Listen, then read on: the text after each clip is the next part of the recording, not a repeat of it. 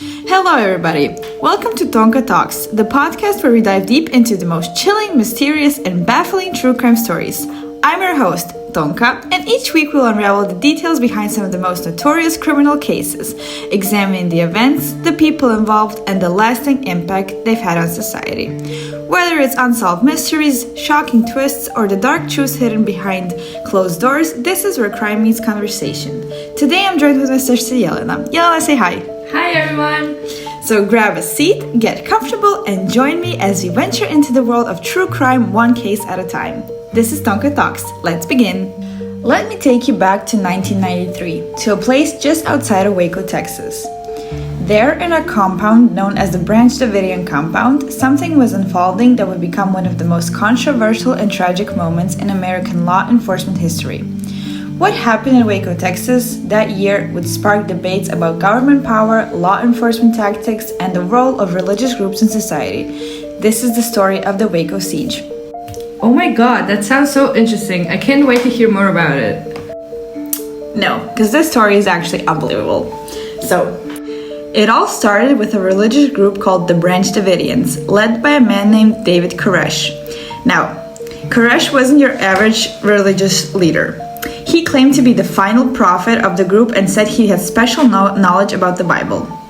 His followers also believed that he had the power to interpret the scriptures and that the end of the world was coming soon. They were living in the midst of what they believed were the final days of history. What? That sounds so crazy.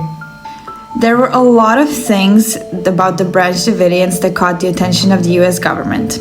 Koresh was said to be stockpiling weapons, and by that I mean lots of weapons. Authorities also received disturbing reports about child abuse inside the compound. The ATF, also known as the Bureau of Alcohol, Tobacco, Firearms, and Explosives, began investigating. The government also believed that the Branch Davidians were violating federal laws, specifically concerning illegal weapons and child abuse.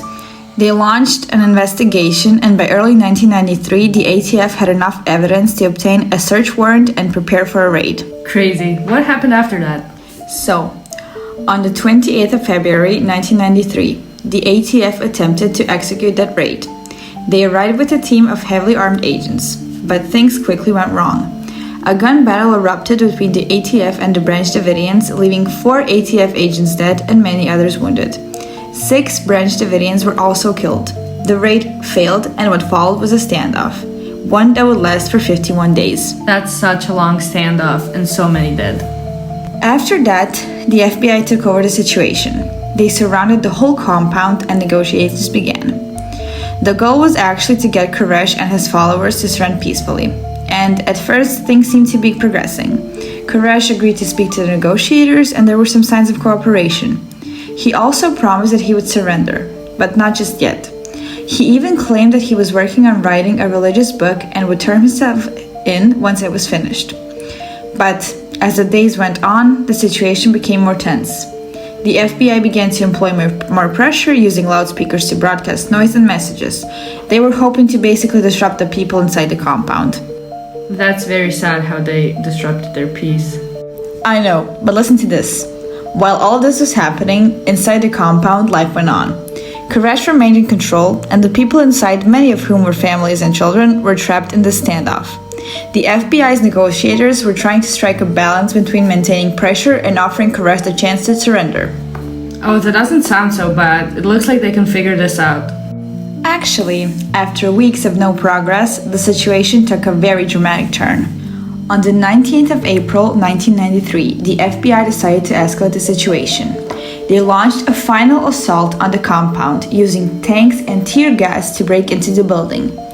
Their goal was actually to force the Branch Davidians to surrender.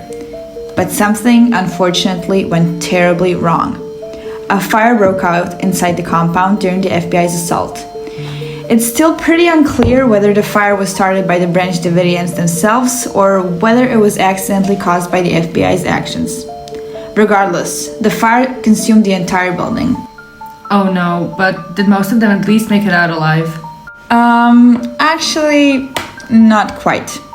In the chaos, many Branch Davidians, including David Koresh, died. In total, 76 people lost their lives that day, including children, women, and elderly followers. The tragic end of the siege raised a lot of questions. Was the use of force justified? Could a different, less violent resolution have been found? That's what I was thinking too. After the siege, the Waco incident sparked a firestorm of controversy. People were quite divided. Some believed the government was right to intervene, pointing to the danger of weapons inside and the possibility of further violence. Others actually argued that the FBI and ATF had acted recklessly, using excessive force in a way that could have been avoided. For many, it was a symbol of government overreach and it fueled anti-government sentiments. Oh my god, what went on after that? Were there any consequences? Well, actually, in the aftermath, there were a lot of investigations. The US Congress held hearings to review the actions of the FBI and the ATF. And while some defended the operations, others criticized the authorities for not handling it differently. In the years that followed, the Waco siege became a rallying cry for groups that felt the government was becoming too powerful and intrusive. The siege also had a lasting effect on the militia movement in the United States.